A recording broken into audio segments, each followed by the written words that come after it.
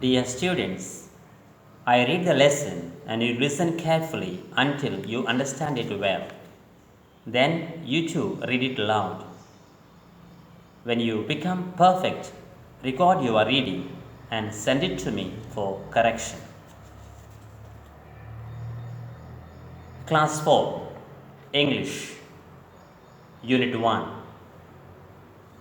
Aruna Asif Ali, the freedom fighter. The national flag went up, fluttering in the air.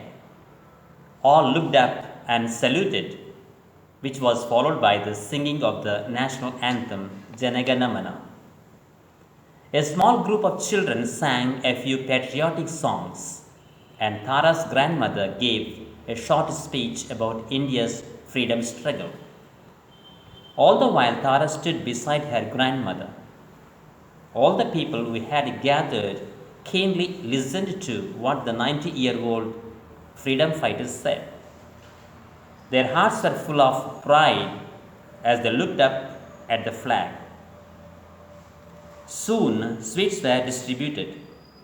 On the occasion of 15th August, the Independence Day, Tara's grandmother had been invited to hoist the national flag near the main gate of the colony.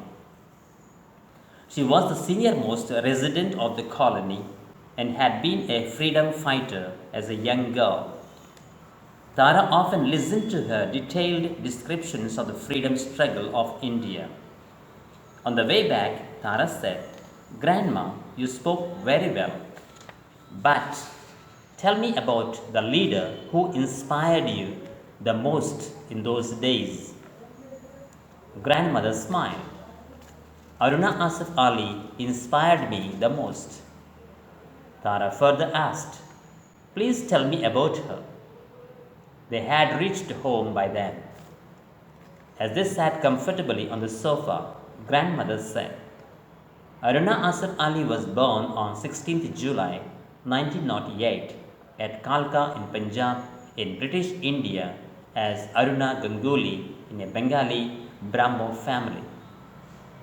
She studied at Lahore and then at Nainital. She worked as a teacher in Calcutta, now Kolkata. She later married Asif Ali, a leader of the Congress Party, in 1928. Tara listened to her grandmother and further asked, "Grandma, how was she involved in the freedom struggle?" Her grandmother smiled. "Let me tell you, dear, she became an active member of the Congress Party after marrying Asif Ali. She took part in the Salt Satyagraha and the Quit India movement. She is remembered for hoisting the Indian National Congress flag in Bombay, now Mumbai, in 1942 during the Quit India movement." Tara looked curious. Was she also arrested like other freedom fighters during the independence struggle? "Oh yes, once she was also sent to Tihar jail," said grandmother. Tara nodded. "She was a very brave lady, Grandma." Aruna Asif Ali was called the heroine of the 1942 movement for her bravery and courage with which she faced with danger. In her later years, she was called the grand old lady of the independence movement. I simply admired her.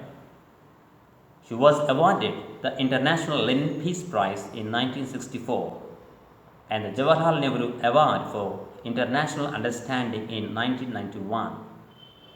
She received the Padma Vibhushan in 1992. The Indian government also awarded her the highest civilian award, the Bharat Ratna, after her death in 1997. Tara said, "That was a big honor." Grandmother looked at her with an understanding smile. "Yes, indeed."